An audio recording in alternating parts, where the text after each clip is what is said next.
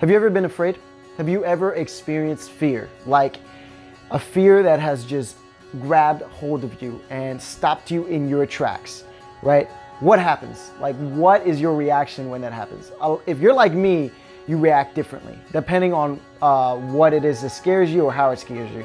Like, I remember one time, one of my best friends, I was hanging out at his house and I just came out of the bathroom and I opened the door, I go to turn in the hallway and he was waiting for me and he had turned off the lights and he comes out, right? Comes out to scare me and I did not expect it. And unfortunately for him, my first reaction is to just deck him in the face and run, right? And like, I didn't even notice that that's what I did. I was just so scared in that moment that is what my body, my first reaction for my body was to just punch and dip. And that is exactly what I did, right? And if you're like me, sometimes that's what your body will have you do. At other times, you won't even do that. I've had experiences where I get so scared that I just stop and I can't move. Like somebody has to, or something has to get me to move. And so this week I was actually challenged by Micah Cooper to play a game. This game is on VR, so it's fairly new, it's extremely immersive, and it's not really known to be a scary game. I mean, it's supposed to be, the goal of the game is it's an adventure, a shooter game, but there are aspects of it that is scary. And part of the thing that makes it so scary is that it's VR, right? Like, you put on this headset that goes around your face, and then you take these controllers that make your hands actually seem like they're in the game, so it feels so realistic. And the game is so new, and all the graphics and every part of the game is just so immersive that you actually feel like you're there, right? That, like, you literally feel like you're there. And so there was one part in the game that really, really got me. Like, it got me so bad, I completely forgot how to play. All I could do was just run. And so I want to share that with you. I think it's pretty funny. Check this out. Don't want it. Oh boy. Yeah, be careful. No. I don't want to hear oh boy. Oh gosh. I don't want it. There's got to be something with these things. Oh my gosh. Oh.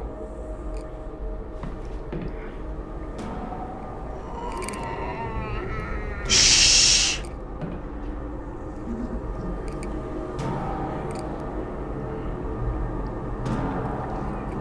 He's got this scary music going.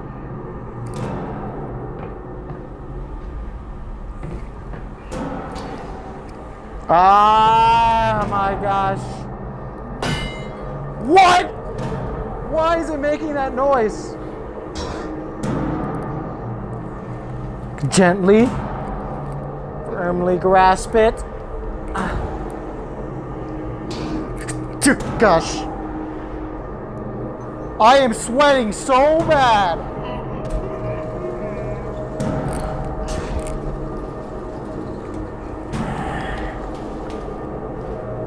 Oh, that one's alive. That one's awake. It's awake! No, you stay.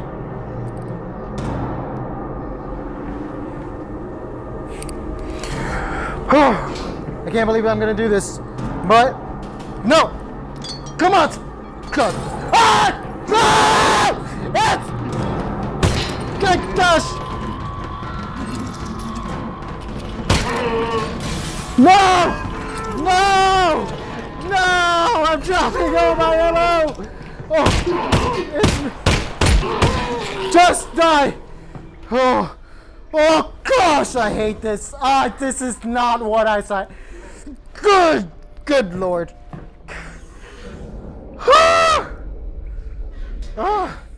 I need new pants. Good thing my pants are black. Oh, I'm sweating so hard right now. Oh God. Oh Jesus. So I really did like have to go check my pants after that. Like I was so sweaty, I literally took off my shirt afterwards and took a shower. It was that bad. I was that scared. But you know, it's strange that fear can cause us to do crazy things, right? Like sometimes it'll cause us to stop.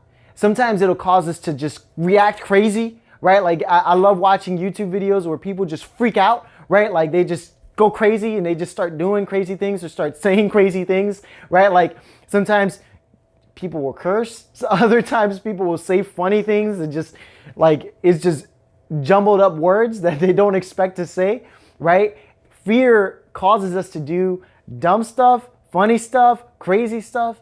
It just changes us in the moment. It grabs us and it shakes us, and whatever comes out is what comes out, unfortunately.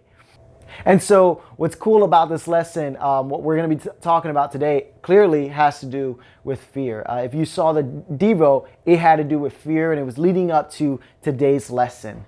If you had followed along last week, you know that we talked about how Saul, his fear for David had continued to grow because Saul knew that God had given David, he had chosen David to be the king of Israel.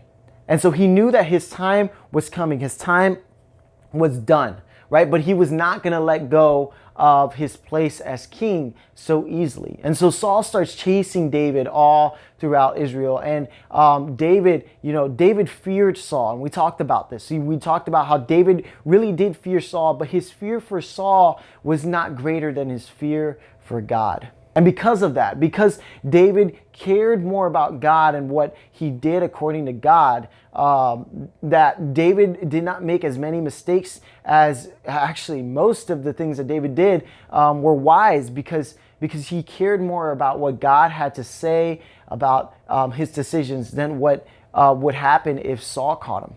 But David does end up hiding out and running from Saul. And we saw that last week. We see that David actually runs away from Saul, hides into this cave. And of course, you know, Saul is out looking for David, and he just happens to go into this cave to relieve himself. And he doesn't take his guys with him, and he goes into the cave, and David sees him there, and it's the perfect opportunity. It would have been disgusting, but it was the perfect opportunity for David to take Saul's life. But he knew his words to his men who were there as well. His men was like edging him on, but he was like, no, this is God's anointed. This is God's chosen one. I cannot do this. But what he does is he cuts off a piece of Saul's robe and then goes out after Saul's done and shows him, hey, look, I had the opportunity to kill you, but I didn't. And I didn't do it because I wanted to demonstrate to you and to everyone around you that I am not here to kill you. I'm not here to steal your kingdom. I'm here for you. And then he pledges his allegiance to him, to Saul and his family, which is just crazy. And then if you follow along and you read on the next couple chapters, what ends up happening is that Saul leaves David alone. He leaves with his army for a little bit, and then his men figure out where David is hiding out again, and they go and edge Saul on and tell him where David is at. So Saul picks up and gets ready to go take David out again, and he takes his men out to camp in this area to try and take David out. And they camp out in this area, and again he takes like 3,000 men, and he's camping out in this area. He goes to sleep, and David's chilling in another area. He sends out spies because he figures that Saul is in the area, and the spies tell him, yes, Saul is in the area. So David takes one of his men, and then he goes out and sneaks up into Saul's camp. And again, he gets up close to Saul, and he's able to kill him. And he's got an opportunity to take Saul's life, but he doesn't do it. I mean, the guy that he takes with him tells him, dude, what are you doing? Take him. God has placed him in your hands. And David looks at this man and says, no. Because David understood that God had anointed Saul originally to be king, and he was not going to take this opportunity to take Saul's life because he cared more about God and he feared God more than he feared Saul. So what he does is instead he takes his spear again and takes this jug of water and he leaves, right? And then wakes them up. Like he yells from afar, wakes everyone up and tells them, hey, look, again, he says, look, I am not out to kill you. I'm not out to kill you. I don't know why you keep doing this. I'm not out to kill you. Please, please, please. Like, no. And of course, it gets so bad that David eventually just has to flee because he knows that Saul is going to keep trying to kill him. So David flees off into the Philistines' camp. Right? And he has to chill out in the Philistines' camp. And it says, if you read the Bible, it says that he stays out in the Philistines area for about 1 year and 4 months, which is crazy. And what ends up happening is that while he's there, he's doing things for the Philistines and he ends up actually working for the Philistines. And what happens is that the Philistines are now going to move into and try and fight Saul and his army. And the head leader looks at David and says, David, I hope you know you're coming with us. You're on our side. You're coming with us to fight. And so David picks up his men and they go out, right? And that is where we're at today. So we're going to see what happens. And I am so excited to dive into this. Okay, now bear with me. I know this is going to be a bit long, but there's a lot of really cool stuff here, and I really don't want you to miss it. Now Samuel had died, and all Israel had mourned for him and buried him in Ramah, his own city. And Saul had put the mediums and the necromancers out of the land. And the Philistines assembled and came and encamped at Shunem.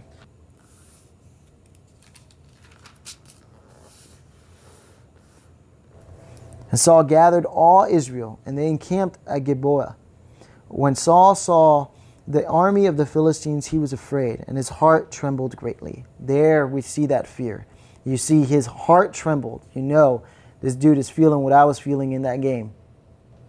And when Saul inquired of the Lord did not answer him, either by dreams, or by Urim, or by prophets. Then Saul said to his servants, seek out for me a woman who is a medium. Now, medium is just another word for a witch, that I may go to her and inquire of her. And his servant said to him, behold, there is a medium at Ender. So Saul disguised himself and put on other garments and went, he and 2 men with him. That shows you right there, he really was afraid because he got dressed up so that they wouldn't notice that it was him. And they came to the woman by night, and he said, divine for me by a spirit, and bring up for me whomever I shall name to you.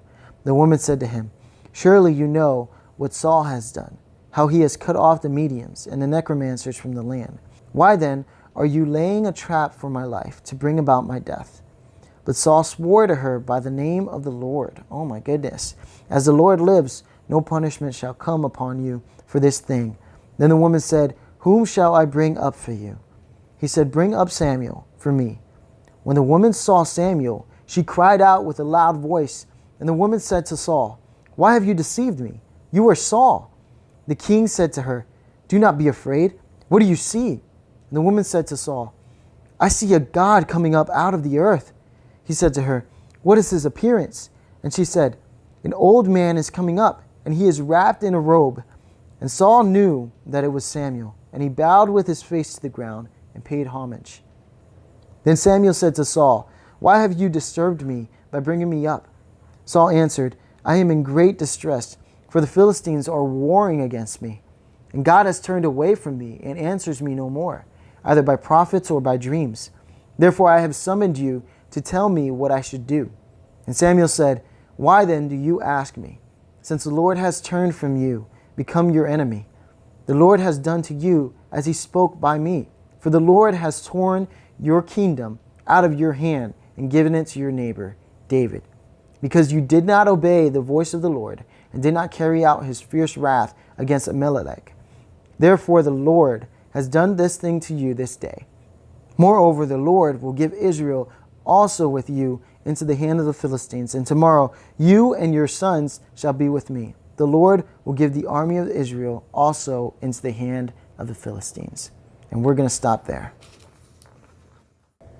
So at this time, Samuel is dead, and the Philistines have moved towards Saul, and Saul knows it, and he is so scared. It says that he is trembling. His heart is just filled with fear.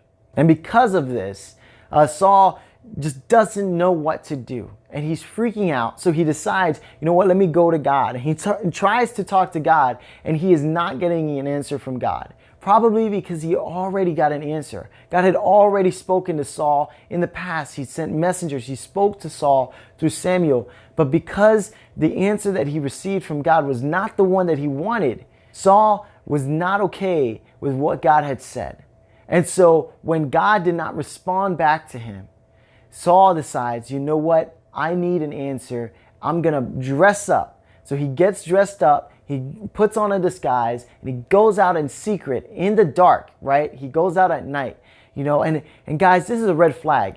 Anything done in secret, if you need to go in secret to do something, that should always be a red flag, right? And so that is what happens. Saul gets up, goes in secret, disguises himself, finds a witch, right, to help him, and asks this witch, hey, I promise you, if you help me in the name of God, which is another red flag, right? This is how badly he wants an answer. He says, in the name of God, nothing will happen to you. And so this woman decides to help him. And what she does is she calls out to Samuel and basically tries to raise him up from the dead to help Saul out. And so Samuel comes up, and as he comes up to speak to Saul, the witch is going crazy because all of a sudden she understands what's going on here. She knows who is asking her to do this. She realizes it's the king. She goes crazy and berserk, right? And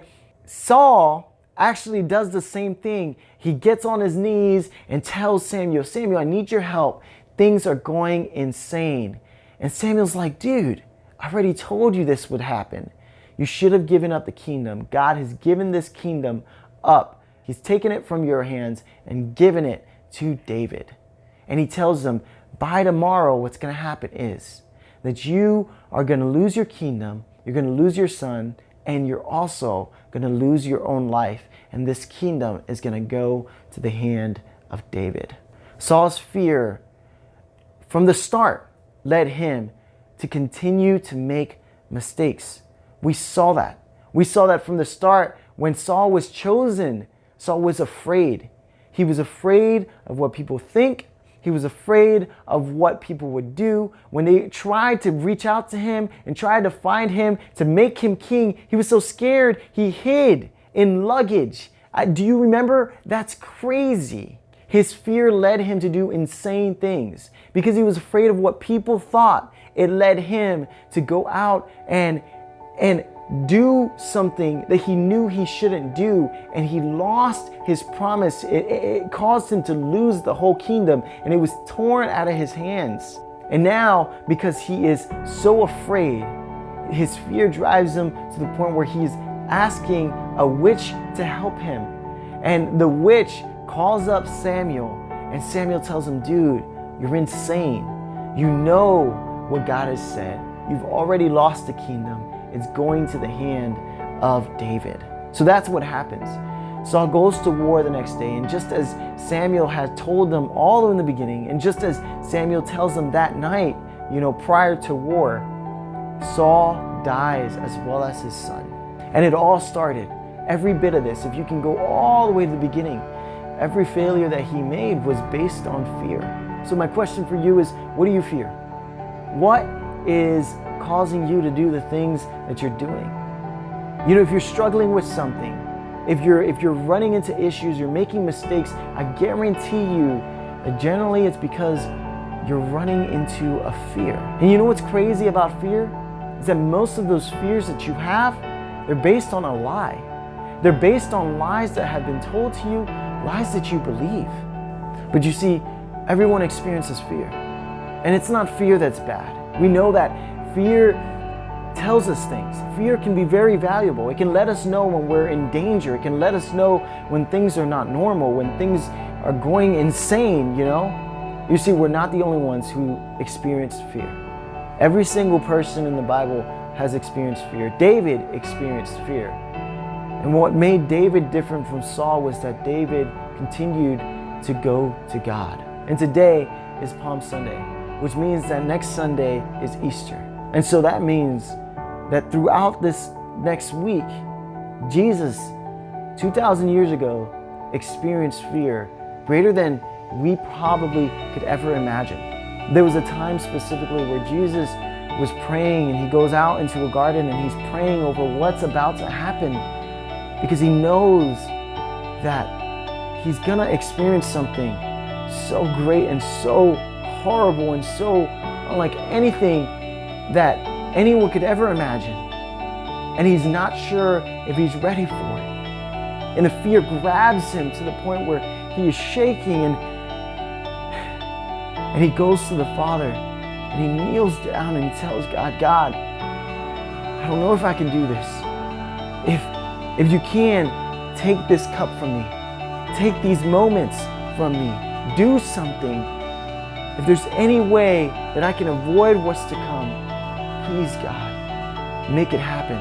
But if it's your will that I need to go through it, then so be it. And as we know, Jesus goes ahead and does what he was placed on this earth to do, and gives his life for us. See, Jesus is a perfect example of what we need to do when we experience fear. When we experience fear that stops us in our tracks, that causes us to go crazy. When we experience moments like now where we don't know what to do, where things are just all over the place and it seems chaotic, what we need to do is go to the one who knows what to do. We need to tell God exactly what we're dealing with, exactly what we're scared about. We need to bring that fear to the altar and ask him, God, how should I deal with this? What would you have me do? What is your will in this situation? And so we're going to take these next couple moments to jump into small groups and dive into some questions about what we fear and how we can deal with the fears in our lives.